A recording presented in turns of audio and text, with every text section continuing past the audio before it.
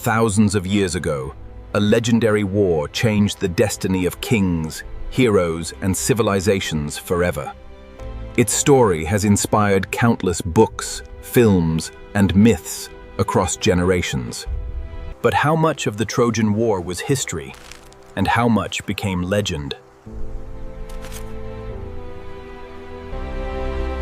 Today, we journey back more than 3,000 years to uncover the mystery. Welcome to Lost Lament, where forgotten history comes alive.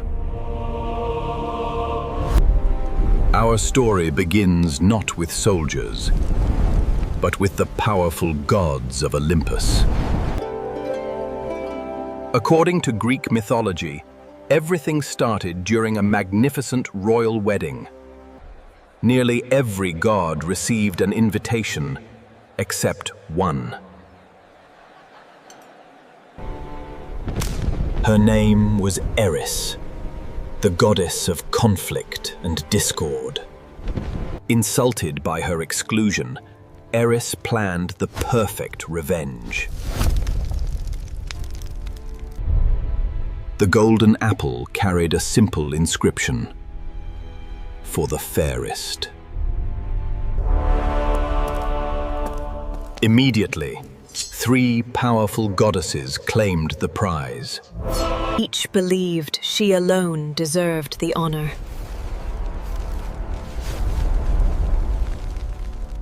Their argument threatened to divide the heavens themselves.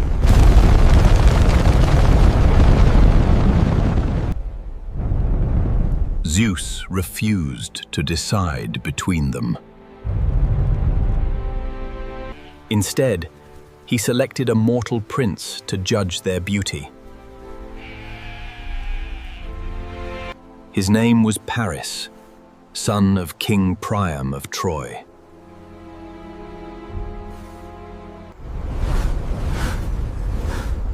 The gods delivered the three goddesses before the surprised prince.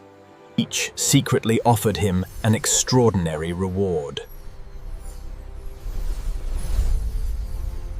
Hera promised unlimited political power. Athena offered unmatched wisdom and victory in every battle.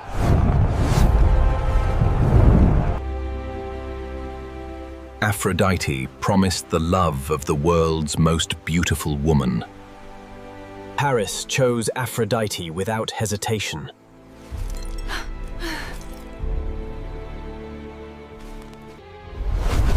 That single decision changed the future forever. The promised woman was Helen of Sparta.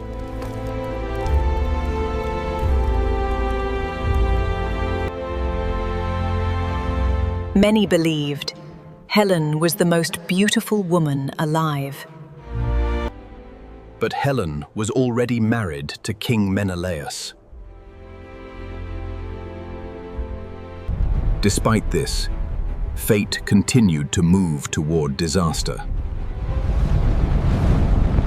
Paris soon traveled across the sea to visit Sparta.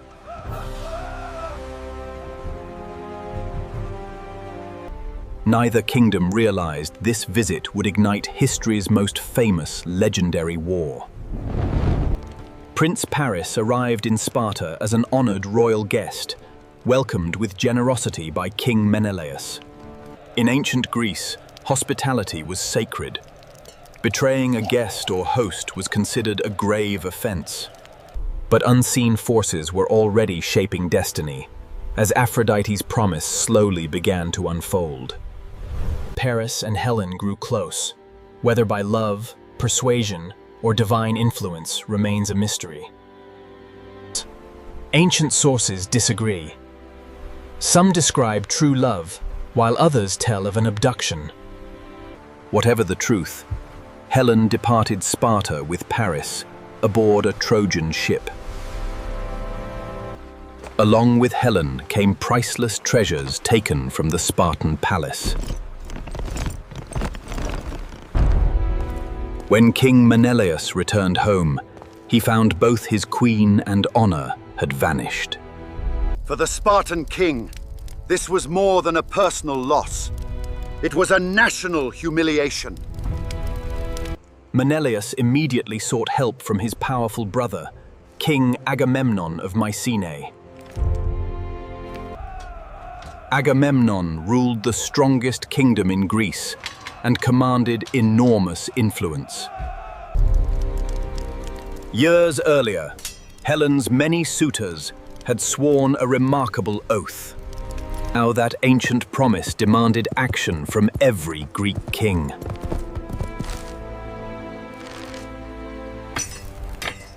Across Greece, famous rulers answered Agamemnon's call to war.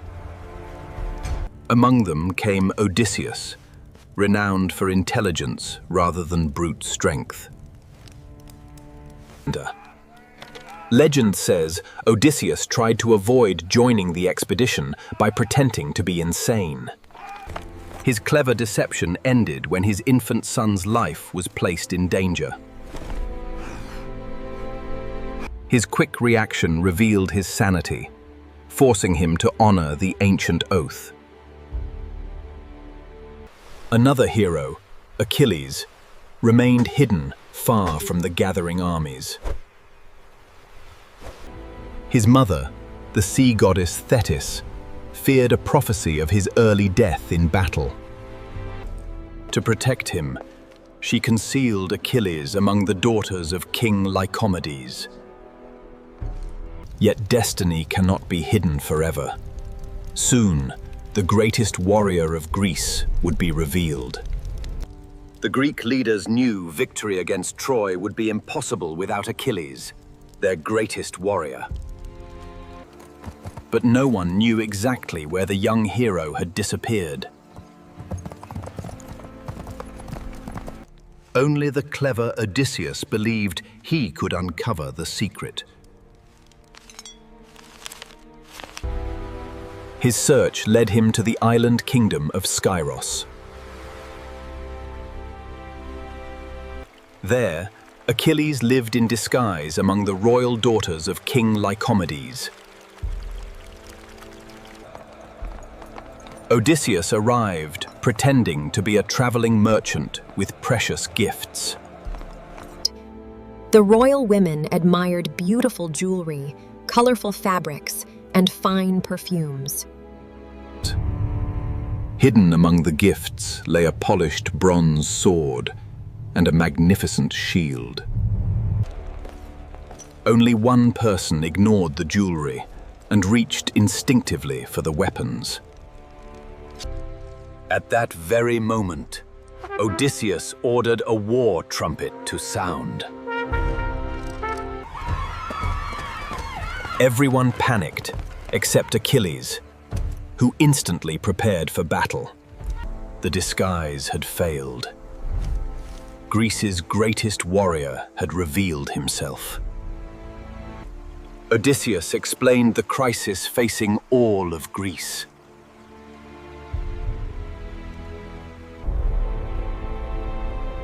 Achilles knew an ancient prophecy awaited him. One path offered a long, peaceful life, forgotten by history.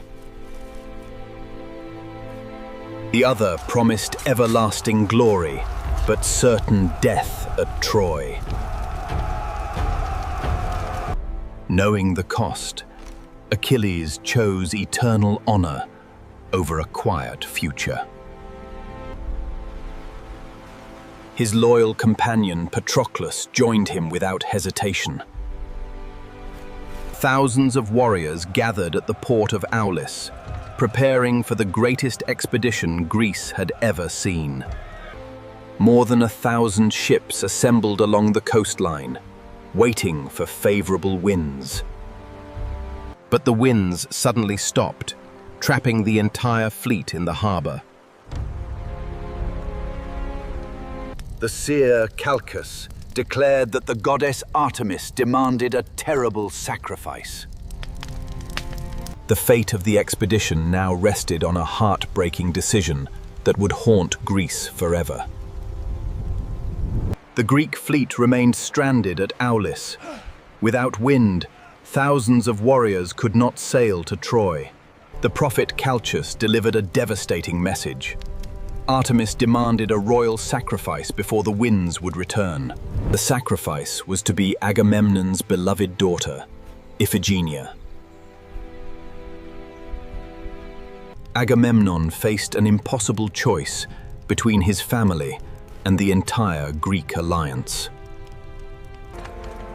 According to legend, Iphigenia was brought to Aulis under the false promise of marrying Achilles. When the truth emerged, grief spread through the camp like wildfire.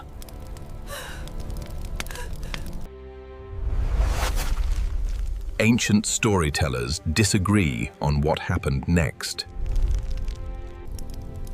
Some claimed Iphigenia was sacrificed to satisfy the goddess Artemis. Others believed Artemis rescued her at the final moment and carried her to a distant land. Whatever the truth, the winds suddenly returned to the waiting fleet. More than 1,000 ships departed together, beginning one of history's most legendary expeditions. The voyage covered hundreds of kilometers across islands and dangerous waters. Meanwhile, the people of Troy prepared to defend their magnificent city. King Priam inspired confidence, while his son Hector organized Troy's powerful defenses. Unlike Paris, Hector was respected as a fearless warrior and devoted protector of Troy. High above, the Olympian gods chose different sides in the coming conflict. Hera and Athena favored the Greeks, still angered by Paris's judgment. Aphrodite stood beside Paris, while Apollo supported the defenders of Troy. The approaching war would become a struggle between both mortals and immortals. As the fleet neared the Trojan coast, every warrior sensed that history was about to change forever. Bronze armor gleamed beneath the morning sun as soldiers prepared for their first battle. Across the shoreline, Trojan defenders gathered behind their mighty walls, ready to protect everything they loved. The greatest siege of the ancient world was about to begin. As the Greek fleet reached the shores of Troy, thousands of warriors prepared to make the first landing. An ancient prophecy warned that the first Greek warrior to step onto Trojan soil would lose his life. For a brief moment, even the bravest heroes hesitated. Protesilaus, a noble prince from Thessaly, chose courage over fear. Without hesitation, he leaped from his ship onto the Trojan shore. The prophecy was fulfilled almost immediately as Trojan defenders struck him down. His sacrifice inspired the rest of the Greek army to storm the beach. The Trojans fought fiercely, refusing to surrender even a single step of their homeland. After hours of fierce combat, the Greeks secured a narrow foothold along the coast. Rather than attack the city immediately, the Greeks built a fortified military camp.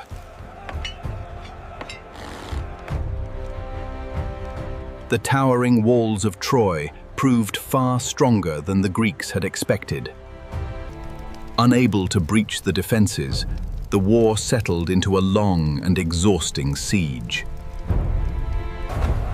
For years, neither side could claim complete victory.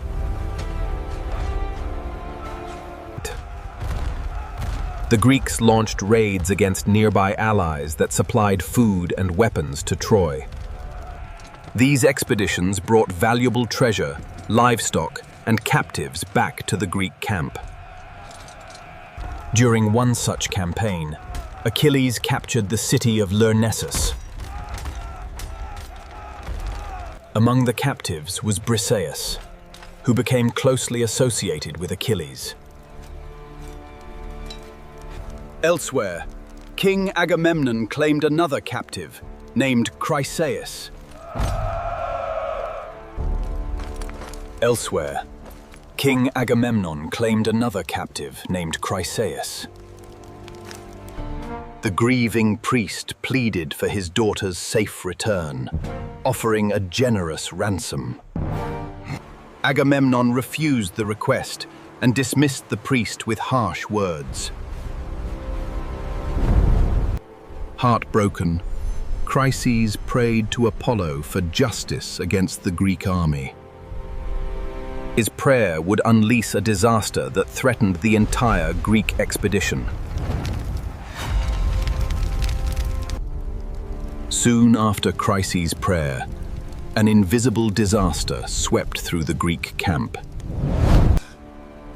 Day after day, more warriors fell ill, and fear spread throughout the army. Unable to ignore the crisis, Achilles called an assembly of the Greek leaders. The prophet Calchas revealed the cause of Apollo's anger. Only by returning Chryseis to her father could the plague be lifted. Agamemnon reluctantly agreed, but his pride demanded compensation.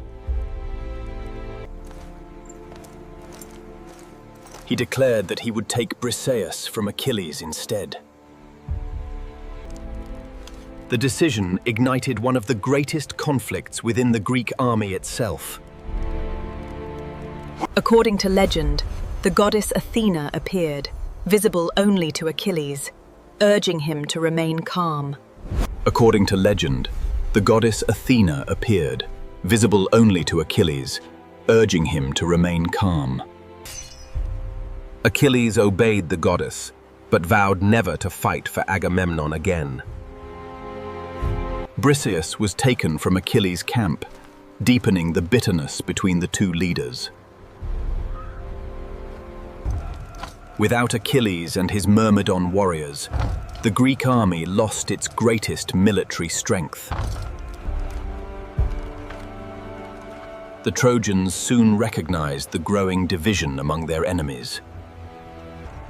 Confident at last, Hector led the Trojan army beyond the safety of the city walls. A series of fierce battles pushed the Greeks steadily back toward their ships. Even the greatest Greek commanders struggled to stop Hector's relentless attacks. Each passing day brought Troy closer to a victory few had believed possible. Patroclus prepared to make a request that would change the course of the war forever. His decision would awaken the fury of the greatest warrior in Greek legend. The destiny of Troy now rested on a friendship that was about to face its greatest test. Patroclus pleaded with Achilles to let him wear the famous armor and lead the Myrmidons into battle. Achilles agreed, but warned him not to pursue the Trojans all the way to the city walls. Seeing Achilles' armor, the Trojans believed the mighty hero had returned, and many began to retreat. Driven by victory, Patroclus ignored Achilles' warning and advanced toward the gates of Troy. In the fierce fighting that followed, Hector defeated Patroclus, believing he had slain Achilles himself. When the news reached Achilles, grief turned into unstoppable rage. With new armor forged by the divine blacksmith Hephaestus, Achilles returned to the battlefield. Outside the gates of Troy, Achilles challenged Hector to a final duel. After a legendary battle, Hector fell, marking a turning point in the war. Even after Hector's death, Troy's mighty walls remained unconquered for years.